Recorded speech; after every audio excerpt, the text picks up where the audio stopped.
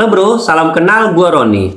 Perbatasan Thailand dan Kamboja kembali membara. Roket berterbangan, tank menggempur desa, jet tempur F-16 mengoyak langit ASEAN. Tapi pertanyaannya bukan hanya soal siapa yang menang, tapi siapa yang diuntungkan. Dan jawabannya bisa jadi Indonesia. Ya, negeri kita tercinta. Negeri agraris yang selama ini disebut-sebut krisis beras, kini justru bisa menguasai pasar dunia. Lu pasti bingung sama pernyataan gua. Apa hubungannya konflik Thailand dan Kamboja sama Indonesia kuasai pasar beras dunia? Oke, mari kita kupas tuntas di video kali ini. Tonton sampai habis, biar lo paham nggak asal komentar.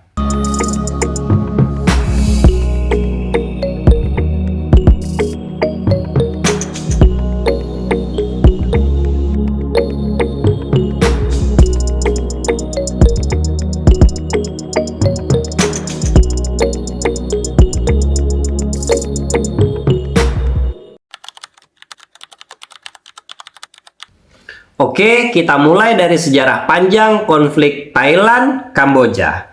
Konflik ini bukan konflik kemarin doang yang pada tanggal 24 Juli 2025. Perang dingin antara Thailand dan Kamboja sudah berlangsung selama lebih dari 1 abad.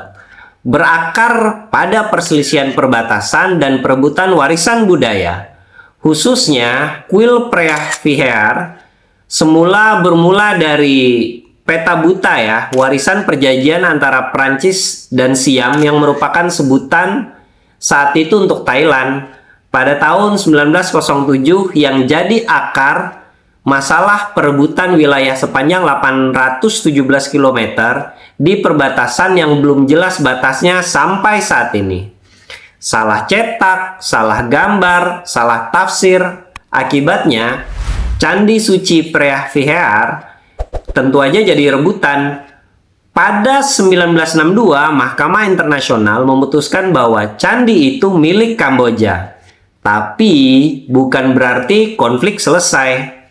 Tahun 2008 hingga tahun 2011, pertempuran kembali pecah. Artileri, senjata ringan, dan roket jadi makanan sehari-hari di kawasan perbatasan. Puluhan korban, ribuan warga mengungsi. Dan tahun 2025 ini sejarah kelam itu kembali terulang.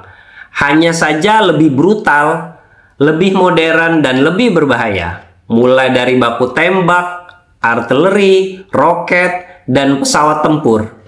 Ngeri pokoknya kondisi di perbatasan. Mei 2025 terjadi baku tembak di perbatasan. Dan seorang tentara Kamboja tewas. Perbatasan pun makin panas. Tapi klimaksnya pecah pada 24 Juli 2025 kemarin. Jet tempur F-16 Thailand menyerbu markas militer Kamboja. Kamboja pun membalas dengan roket artileri yang menghantam stasiun bahan bakar dan rumah sakit di Thailand. Update sampai video ini dibuat, 14 orang udah tewas, termasuk warga sipil dan anak-anak. Dan kemungkinan besar korban akan bertambah. Ribuan mengungsi, duta besar ditarik, perbatasan tutup total, ASEAN gemetar. Tapi bro, lu harus tahu, ini bukan cuman perang wilayah. Ini perang antar negara agraris. Thailand adalah eksportir beras nomor 2 di dunia setelah India. Bahkan Indonesia juga impor beras dari Thailand dulunya. Jasmine rice mereka bukan hanya dibeli oleh negara-negara Asia Tenggara, tapi juga Afrika, Amerika Serikat, Kanada, Eropa, bahkan Timur Tengah. Thailand juga adalah raja karet dunia. Juga penghasil singkong, buah-buahan tropis, tebu, dan lu tau lah, kalau Thailand adalah produsen sawit terbesar ketiga di dunia setelah Indonesia dan Malaysia. Kamboja, jangan remehkan mereka. Mereka juga produsen karet, tebu, kapas, tembakau, dan tanaman sekunder lain seperti rami. Tapi lu harus tahu mereka pemain serius di ekspor beras organik dan berkualitas premium. Bahkan Kamboja lebih dulu tembus pasar Uni Eropa lewat perjanjian dagang.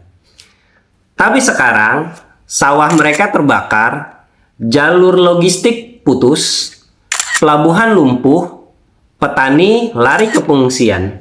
Ini bukan hanya tragedi, ini peluang. Saat dua raksasa agraris di ASEAN sibuk berperang, Indonesia justru sedang panen raya. Iya, lu nggak salah dengar. Produksi beras Indonesia hingga Juli 2025 ini diprediksi 21,7 juta ton. Stok beras nasional sudah 4 juta ton dan mungkin akan terus naik.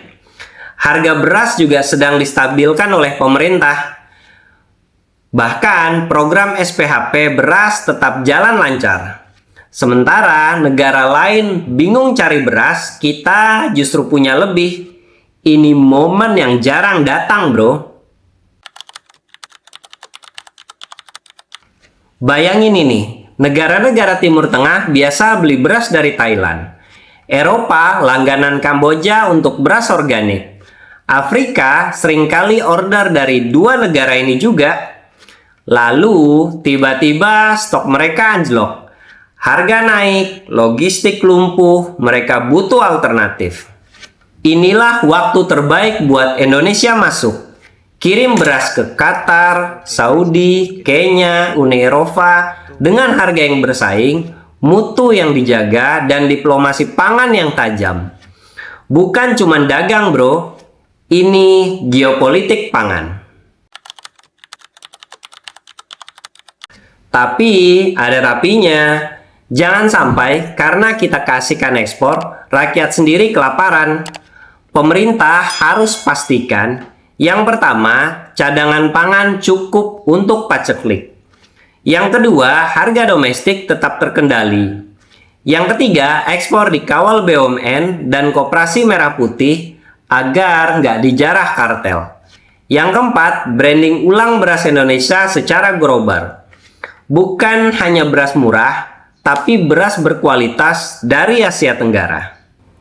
Ladang-ladang di Thailand dan Kamboja mungkin sedang terbakar, tapi sawah-sawah di Indonesia sedang bersinar. Kalau kita pintar baca situasi, ini bukan cuma perang dua negara. Ini peluang Indonesia jadi pemimpin pangan ASEAN. Dulu kita ngemis-ngemis beras, sekarang dunia bisa antri di pelabuhan kita. Dari petani untuk dunia. Like, share, dan subscribe. Komentar di bawah, lu setuju nggak Indonesia manfaatkan momen ini untuk ambil pasar beras dunia milik Thailand dan Kamboja. Segitu aja video gua kali ini. Maaf kalau ada salah-salah kata. Semoga bermanfaat. Sampai ketemu lagi di video selanjutnya.